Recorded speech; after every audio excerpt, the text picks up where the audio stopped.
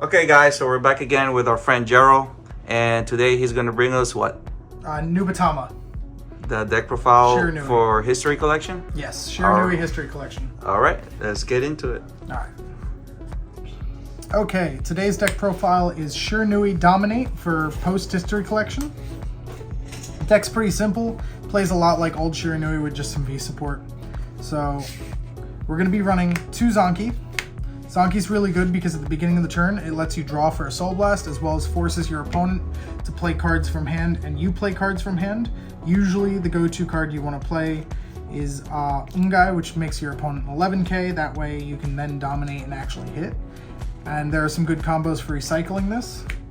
We're running 1 Oboro because it's not only the card that gets support from History Collection, but being able to call a card from the drop zone and attack for plus 4k is really good because it allows you to hit a lot of numbers with smaller units, such as breaking that 12 and 13k number. We are running 1, 2, 3, 4 of the Shiranui Rearguard because this is honestly a great card. You can combo it with Zonki. When you force your opponent to play a card, you can then use Shiranui to put that card back in their hand minus, so they never really gained any advantage. You draw a card off of it, you filter, you add to Soul, put more grade 3s, and you can actually recycle this card. We run 1 of the V Oboro, just because fringe cases, you can get 2 protect markers off of it. If your opponent is running something like Grand Blue and you want to take their Stormride Ghost Ship, you can gain advantage, so sometimes it's worth it to actually create the Mask of Domination token. We're playing 1 of the Ogre because this card is absolutely incredible with Rene. It's not super important and the deck uses a lot of Soul, which is why I'm not running 2, but if you get this off with Rene, it's almost always a win because they can't guard. Moving on to the grade 2s, we're playing 4 Magatsu because, again, this is just an absolute good staple. It allows you to recycle some of your rear guards, gains you advantage, swings for good numbers. When they came out with this card, they really made like a card that's going to last a long time, so it's always good to put it in a deck. We're running 2 Ungai. This is a really good card from the old Domination G format. It makes your opponent's Vanguard 11, so if you've dominated a unit and then attacked them and they hit a trigger, if they hit their over trigger anything, you play this, and then they go back down to 11 for the rest of the turn until they hit another damage trigger or do something.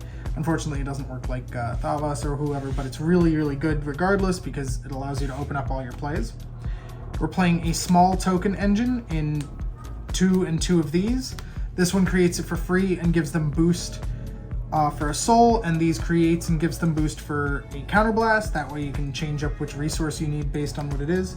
And then a cute play, if you really want to do, is you can generate tokens with these, give them boost, and then make them 11k with Ungai, because he makes 2 of your own units 11k. Not a super frequent play, but it's just a cute combo.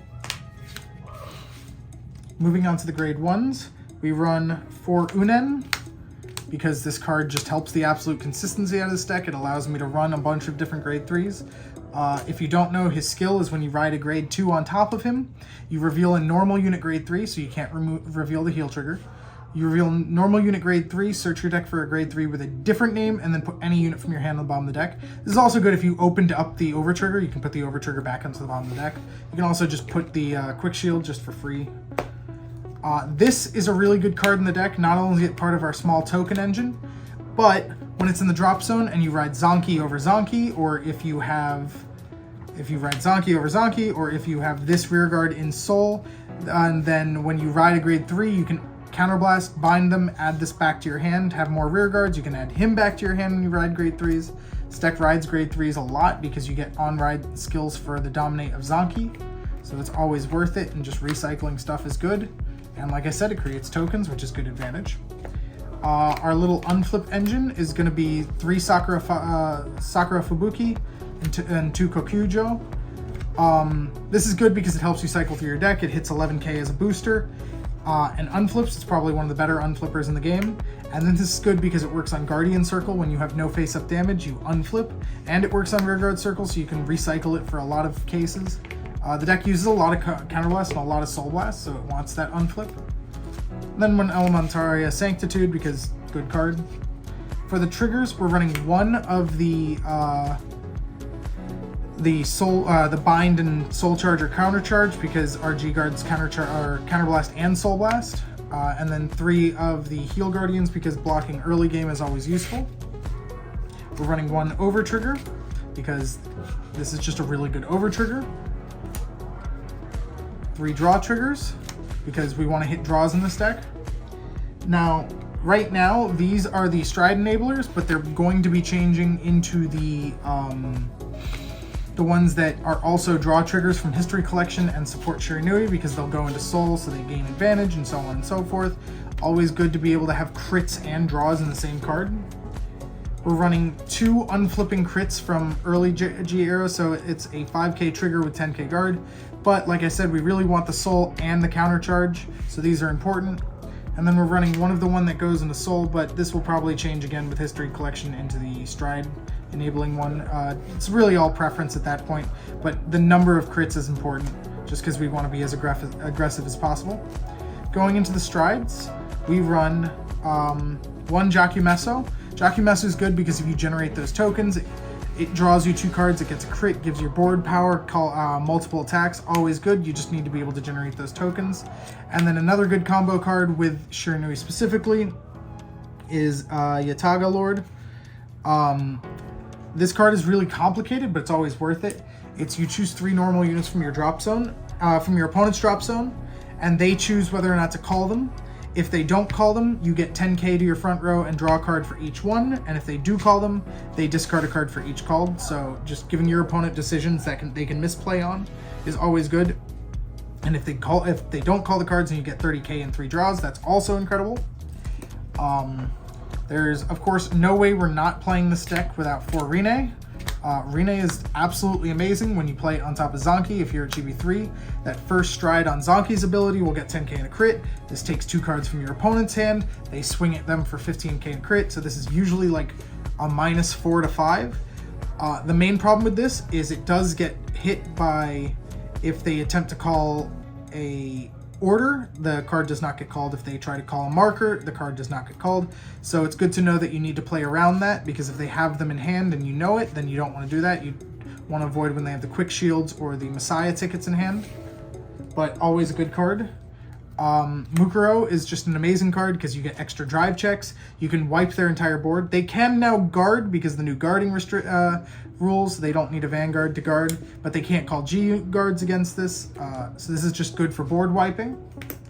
We're doing 2 Magun Tenbu because if you get into the late game and you don't really have good options, this just becomes much bigger. This will probably be switched out for the on-hit History Collection. Unlike some other decks, the History Collection Stride isn't going to be nearly as important in this deck. Getting the 2 Protect markers and Stride early is really nice.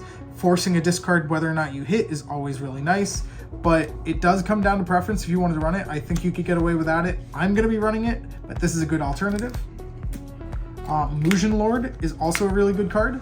Gives 4k to the board for each face-up Stride unit in your G zone, and for each unit your opponent gave your opponent power to, they dominate an attack. So if they have a full board, you can use this to dominate that full board, which is just kind of powerful. And we run 1 Suka Moroccan. Suka Moroccan's a great card because it reduces your opponent's hand down to 4. So if you just don't really have any plays, but you have attacking rear guards, this is great to go into. It is a trap to go into this when you don't have a board, because your opponent will probably just guard and then get their entire hand back. So be careful when going into this. If you want to run the Messiah card, this is a decent one to take out as well. I'm probably going to run this instead. And then for our G guards, we run 1 Geharakan. This is the one that steals grade 1s from the back row. We run 1 Moray Lord. This gains 5k for a counterblast for each card in your opponent's hand. And if they have 4 or less, you draw a card. And then we run these 2. When they have 3 or less cards, it's a 20k shield, and when they have 6 or more cards, it is a 30k shield. And it has no cost, which means it's just kind of good to go into if they have a lot of cards or if they've already drove check. And that is the Shiranui deck.